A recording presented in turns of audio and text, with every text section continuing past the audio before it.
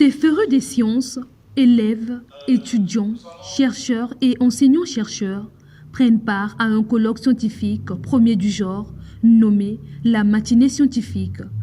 Organisée à la demande de l'université Marien-Ngouabi, cette conférence scientifique repose essentiellement sur les résultats des études des bactéries ayant causé les maladies diarrhéiques en République du Congo, le cas de la ville de Dolisie avec la maladie des mains. L'objectif de la dite rencontre est de valoriser les recherches universitaires de cet établissement public. Pourquoi les maladies diarrhéiques? Parce que très récemment, depuis juin 2023, nous avons eu une épidémie à Dolisie dans le département du Niari qui a fait jusqu'aujourd'hui environ 100 décès. Donc il était important de parler sur cette maladie, d'informer les Congolais où en sommes-nous exactement avec l'épidémie de Dolisie et d'aider le Congolais à savoir que les méthodes de diagnostic moléculaire existent sur les bactéries qui provoquent les maladies diarrhéiques. Il y a aussi les virus, attention. Toutes les recherches qui sont menées au niveau de la République du Congo, eh bien, nous constatons qu'elles ne sont pas vulgarisées, d'où l'importance de pouvoir vulgariser ces résultats au niveau de l'université Marien-Ngouabi.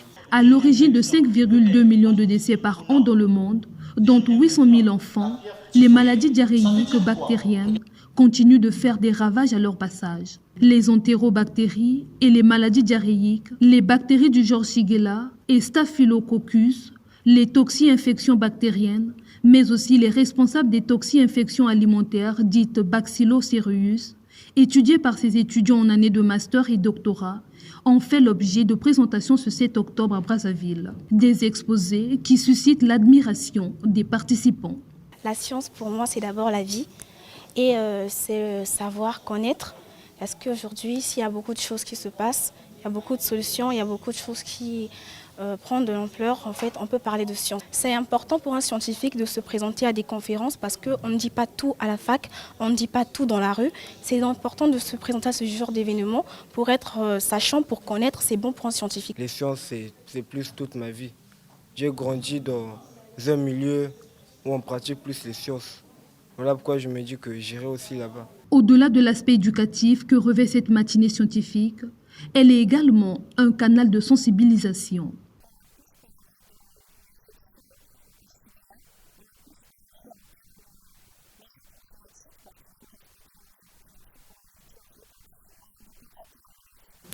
Ça se transmet déjà par le manque d'hygiène, c'est-à-dire le fait de ne pas se laver les mains.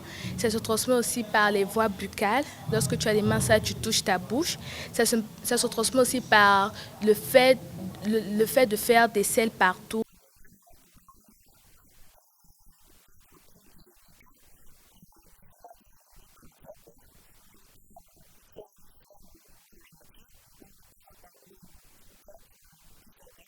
J'apprécie vraiment parce que le fait déjà de connaître les solutions va nous permettre de lutter contre ça parce que ça tue des gens.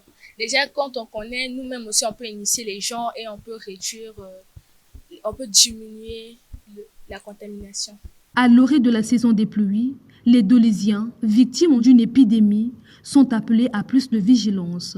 Je continue à dire qu'il y avait la shigellose, mais il y avait aussi la salmonellose, il y avait aussi le choléra. Disons que c'était une co-infection. On avait toutes ces bactéries ensemble qui ont fait toute une mayonnaise qui fait que cette infection a été difficile. Mais il faut dire qu'elle est sous contrôle, l'épidémie est sous contrôle et qu'avec la saison de pluie, les populations de Dolisie devraient vraiment faire attention pour ne pas continuer à consommer les eaux de pluie, les eaux de puits et les eaux de ruissellement. La matinée scientifique se veut être un espace de publication des résultats de recherche mensuels qui fédère les chercheurs œuvrant dans différents domaines. La prochaine édition pourrait mettre à l'honneur les doctorants de l'université Marien-Ngouabi.